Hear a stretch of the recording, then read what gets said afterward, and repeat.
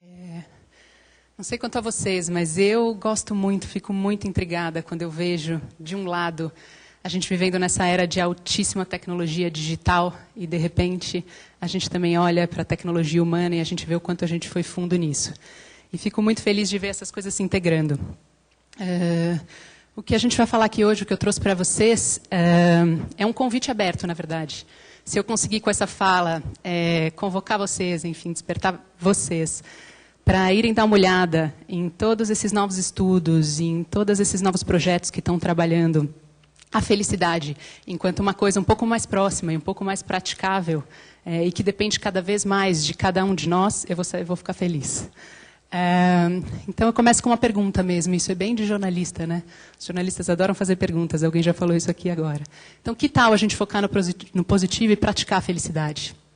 Bom, eu acredito muito que a gente vive num tempo. Esse tempo é tempo de construir, né? E construir o quê, né? Converso muito com os meus pais, que são de uma outra geração, e eles ficam bastante surpresos. Eles falam: nossa, Carol, eu fico impressionada com você, com seus amigos, com as pessoas dessas gerações. Eu tenho um irmão que é 10 anos mais novo, outra geração também. E eles falam: cara, parece que vocês querem sim construir alguma coisa nova, mas diferente da gente, que achava que a gente ia construir primeiro conceitualmente um novo modelo, vocês não estão tão preocupados assim em construir alguma coisa que esteja conceitualmente correta para depois a gente mudar enquanto sociedade. Eu vejo vocês, na prática, enfim, quase que o que a gente juntos resolveu chamar de... A gente está fazendo um grande upload do sistema que a gente vive. E se a gente, a partir disso, vai chegar num novo sistema, a gente não sabe. Quem sabe, né? Então, a gente fala das mesmas coisas que a gente sempre falou. Então, a gente fala de política, a gente fala de economia, a gente fala de consumo, mas a gente parece que está querendo colocar adjetivos nessas coisas todas, né? Então, hoje a gente a gente fala de economia compartilhada, economia colaborativa. Quando a gente fala de política, a gente fala de política aberta, política em rede, web democracia, enfim, N outros termos que surgem. E aí, que eu acho que é bastante interessante esse momento de upload que a gente está fazendo. E eu convido vocês para uma reflexão antes de começar a falar do que eu mais quero falar aqui para vocês, que tem a ver com felicidade e com o que eu faço no meu dia a dia. Que é assim, vamos parar para pensar quanto tempo a gente leva hoje para construir um prédio. Acho que tem bastante engenheiro aqui na plateia, né? E quanto tempo a gente leva para destruir? Parece que construir é trabalhoso, né? E eu acho que se a gente fizer junto, vai ficar mais fácil. E aí eu trouxe um exemplo de uma coisa que eu gosto muito. Eu vou mostrar um vídeo rápido para vocês, que é que se a construção, por um lado, ela é trabalhosa, por outro, se a gente usa a nossa inteligência e a gente usa toda essa tecnologia a nosso favor, a coisa funciona. Dani, se você puder me ajudar?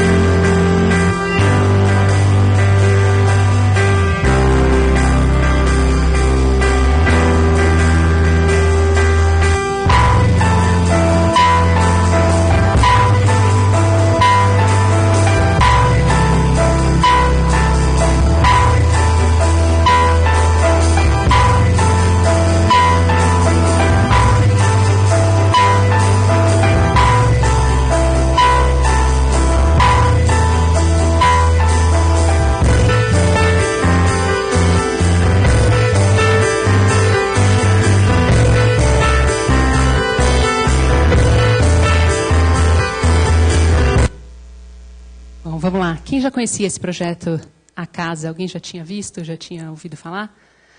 Bom, esse projeto está quase finalizado, ele hoje é suportado pela NASA, e realmente, assim, vamos construir casas em 3D printing em 24 horas, né? Isso é incrível, como a gente consegue realmente usar a tecnologia para as nossas necessidades humanas. Bom, meu assunto é a altíssima tecnologia humana, como já deu para perceber. Eu venho estudando um assunto que, apesar de aqui no Brasil ainda não ser algo muito conhecido, quem já ouviu falar da psicologia positiva? Ah, que legal, tem algumas pessoas, que bom. Lá nos Estados Unidos já é, há 3 anos consecutivos, a aula mais procurada de Harvard. Assim, ele fica dentro de um curso de saúdes públicas e agora ele já está se tornando um instituto por si só, de tanto que as pessoas estão interessadas nesse assunto. Bom, mas o que é essa tal psicologia do positivo, né? Ela nasce na década de 90 para estudar... É quase que uma medicina preventiva, né? Os psicólogos da psicologia positiva dizem, olha, parece que a psicologia tradicional, por ter emergido dentro de uma cultura de guerra, ela acabou se dedicando muito aos estudos das doenças mentais. E aí a gente parte do princípio de que todo ser humano é doente. E isso não é verdade. Então, eles começaram várias pesquisas, e isso já vem mostrando alguns resultados, de que se a gente entende que a gente tem que focar nas nossas vocações, na descoberta das vocações, e no desenvolvimento das nossas habilidades e da nossa força de vontade, uma grande mágica pode acontecer. Aí. E eles acreditam que isso é um trabalho muito forte de realmente a gente migrar de uma cultura de guerra para uma cultura de paz. E que essa transformação acontece primeiro de dentro do indivíduo, como todas as grandes transformações, para depois a gente mudar a nossa relação com os outros e a relação com o todo. Né? E aí que eles chegaram numa questão muito interessante que eles chamam de a fórmula da felicidade.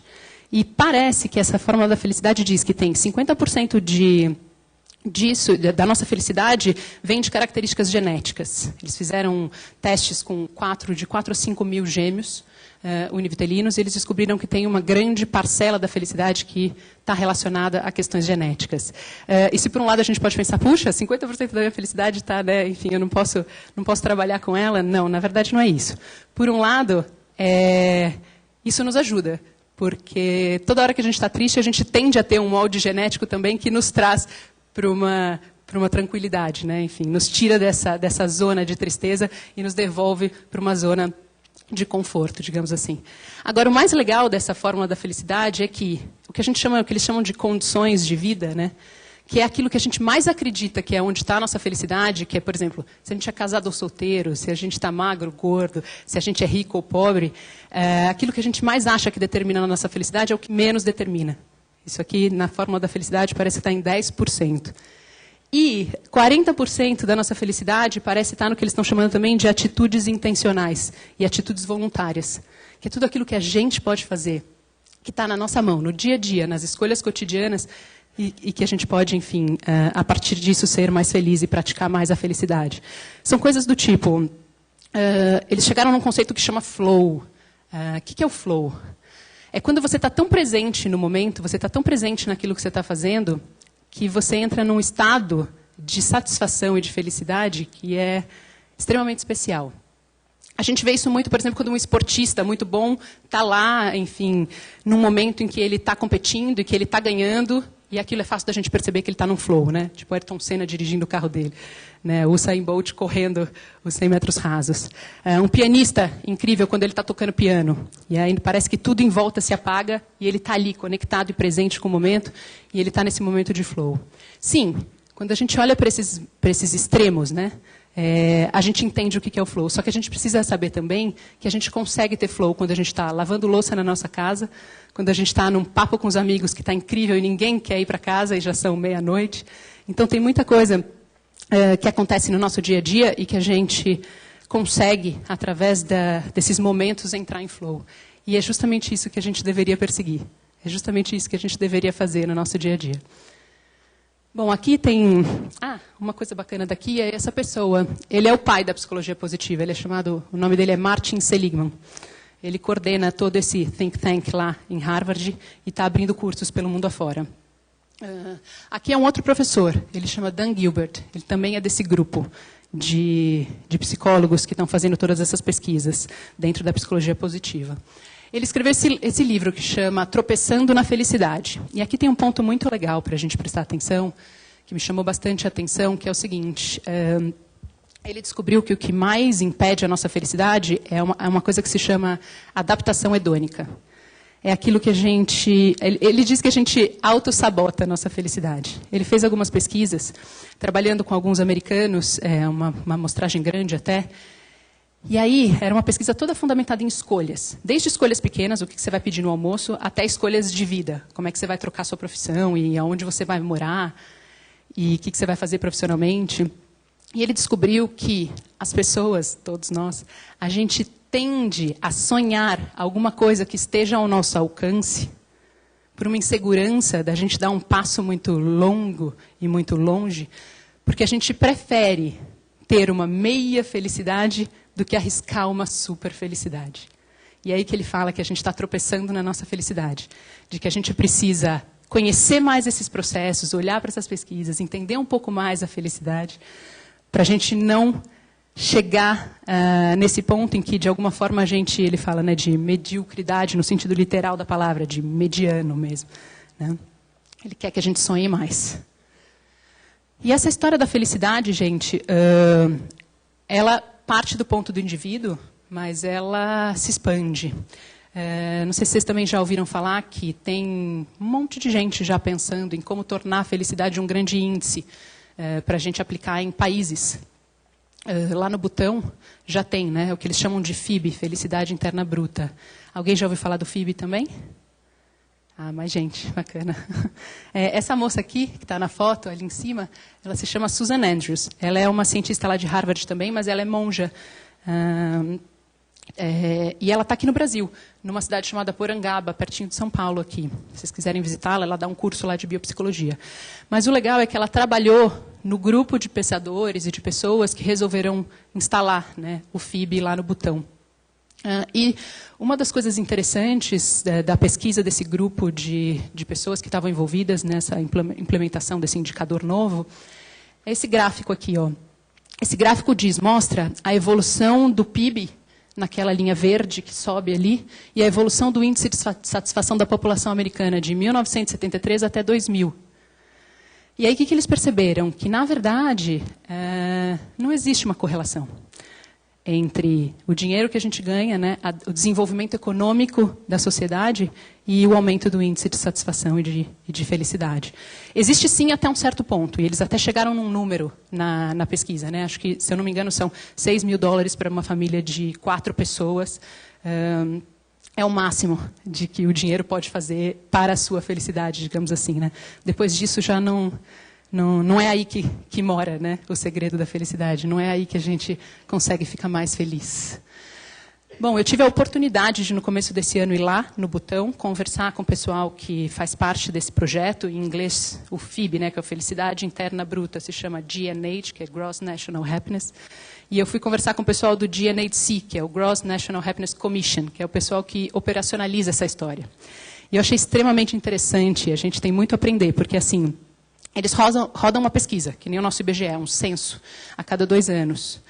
E a partir desse censo, e esse censo traz alguns indicadores interessantes, assim, que eu falei, nossa, olha só, índice de vitalidade comunitária, eles medem, o quanto você está feliz coexistindo com aquela população que mora ao redor de você, no seu mesmo bairro, na sua rua. E também o como você entende que você faz o uso do seu tempo. O tempo é uma moeda muito importante, né, hoje em dia, acho que todo mundo sabe também. Então, eles estão indo em questões bastante profundas. Bom, a partir disso, não é que lá está todo mundo feliz. Né? A partir disso, eles enfim, conseguem mensurar, né? Enfim, captar onde é que estão os problemas do país, digamos assim, em relação à felicidade. E aí eles tomam decisões em relação a isso. Todas as leis do país, elas passam pela comissão do índice de felicidade. Então, nenhuma lei no país não pode ser friendly, digamos assim, né? Não pode estar contra ou não jogar a favor da política de felicidade do país. E aí eles tomaram decisões como meditação nas escolas primárias, pelo país todo, porque eles entendem meditação como uma medicina preventiva também, né? Uma prevenção a estresse e a outras doenças. E é um país budista, então também eles têm uma outra compreensão aí da meditação. E também lá é um país que tem muito minério, então tem muita mineradora, inclusive de outros países operando lá. Eles têm, por exemplo, uma diretriz que veio dessa comissão, que todas as mineradoras, a partir do momento que elas ganham uma licitação para funcionar, para operar naquele determinado lugar, o projeto já tem que vir com a revitalização do lugar. O lugar, quando a mineradora sair de lá, o lugar tem que estar melhor do que o que estava quando ela encontrou. Isso é muito interessante, né? Muito bacana. E aí que todas essas pesquisas parecem chegar... Bom, eu poderia ficar aqui 2 dias falando das pesquisas e contando para vocês, porque, enfim, eu sou muito apaixonada por isso mesmo. E estou cada vez mais. Mas as pesquisas parecem mostrar que um dos segredos da felicidade parece ser isso que a gente está chamando de senso de comunidade. E aí tem um professor, que é também de Harvard, uma pena que ainda está tudo muito concentrado lá, enfim, estou tentando aí juntar uma turma para ver se a gente consegue trazer para cá, espalhar pelo mundo isso. Mas parece que viver em comunidade faz a gente focar naquilo que a gente tem para compartilhar, mais do que naquilo que a gente não tem. Parece que a gente não tem tempo para pensar no que está ruim ou no que está errado, porque a gente está ali na comunidade, a gente tem um senso de comunidade apurado, e aí a gente está pensando no que eu tenho de melhor que eu posso trocar e o que eu tenho de melhor que eu posso fazer para todo mundo que está aqui. Isso aqui é um projeto muito bacana também, americano, que chama The Happiness Project. É de uma moça chamada Gretchen Rubin. Se vocês quiserem dar uma olhada, tem site, tem aquele modelo americano de ser, né? Tem até toolkit para a prática da felicidade. Eu, enfim, mergulhei nessa um pouquinho, estou tentando fazer o meu projeto. O que ela fez? Ela desenhou um projeto de felicidade para ela de 12 meses. Ela falou, olha, esse ano eu vou conseguir ser mais feliz. E aí, no primeiro mês, ela traçou objetivos. No primeiro mês, no segundo, no terceiro, enfim, até o último. E o grande lance era que, no segundo mês, ela acumulava o que ela tinha feito. E que ela tinha percebido que tinha sido bom para ela no primeiro. E agregava o que ela tinha traçado como meta no segundo. No terceiro e assim por diante. Bom, no 12º mês, ela viu o que funcionava para ela, o que não funcionava. Agora, uma coisa muito legal é que no primeiro mês ela resolveu se esvaziar. Ela falou, antes de dar qualquer passo, eu vivo no momento, a gente vive numa era de, enfim, super informação e tantas coisas, eu vou me esvaziar. E aí ela começou a pensar, ela falou, cara, o que é se esvaziar? Então ela se esvaziou desde marcar menos reuniões, desde meditar mais, porque era o esvaziamento da mente, desde se livrar de todas as roupas do guarda-roupa que ela achava que já não faziam mais sentido para ela. Então, ela teve uma compreensão assim de cada uma das metas que ela colocava ao longo dos meses. Ela fazia um mergulho profundo para tentar entender em diversos níveis o que aquilo significava para ela. E o resultado foi muito bacana, tem bastante gente praticando. E é nisso que eu queria chegar, na verdade, né? Porque eu acho que durante muito tempo, assim como eu falei lá no começo de as gerações passadas, pelo menos o que os meus pais me dizem, a gente troca bastante, essa questão da gente querer conceber alguma coisa, né? E parece que antes da gente fazer a coisa, acho que a gente tem invertido isso. E aí eu acho que a felicidade também, por muito tempo, ela ficou num plano ideal. O que é a felicidade, no fundo, né, gente? O bacana de toda essa nova ciência da hedônica, que estuda a felicidade, todas essas experiências, vamos se aproximar desse termo, vamos entender o que isso significa, já que a gente quer tanto ele. E é aí que eu acho bacana, que é praticar a felicidade, né? Que a gente deve pensar a felicidade como uma qualidade que a gente pode desenvolver, assim como tolerância, empatia e tantas outras coisas. Uma coisa bacana também, no nível da felicidade não individual, mas de grupo, né, de nação, existe um ranking dos países mais felizes do mundo. E a Dinamarca está no topo dele. E não curiosamente, a Dinamarca é o país que mais tem co-housings do mundo. Co-housing é um conceito, são casas compartilhadas. É quando você tem o seu espaço privado, mas aquela construção abriga várias famílias e, enfim, várias pessoas, e as áreas são compartilhadas, né? Então, onde a gente lava as roupas, aonde a gente come, e assim vai. Chama Christiania. A maior co-housing da Dinamarca chama Christiania. E em Christiania é super curioso, porque as pessoas que moram lá, e são mais ou menos, chega a 2.000 pessoas, elas fazem um rodízio de quem busca as crianças na escola, de quem faz o almoço naquele dia, ou quem faz o jantar. E aí, enfim, você pode passar 2 meses sem fazer, e na hora que você faz, o que eles falam, tem um filme que mostra isso, eles falam, e o bacana é que quando você vai fazer, você está concentrado naquilo, e você está achando incrível fazer aquilo. Porque não é que caiu naquele lugar comum de que todo dia você tem que cozinhar, ou todo dia você tem que lavar. E aí, aquele momento que antes era, digamos assim, um pé no saco, vira uma coisa bacana. E o país que está, enfim, no bottom, né, embaixo, no ranking de felicidade, é o Japão. O Japão, eles até criaram um termo que chama Monchu, que está acontecendo um fenômeno no Japão, que as pessoas estão morrendo de tanto trabalhar. Então, assim, tem fotos desse fenômeno de executivos nos bancos das praças ou nos bancos do metrô, simplesmente eles apagam, o coração apaga de tanto que eles estão trabalhando. Ou jogando videogame, né? E também tem isso, estudo nos jovens sobre isso.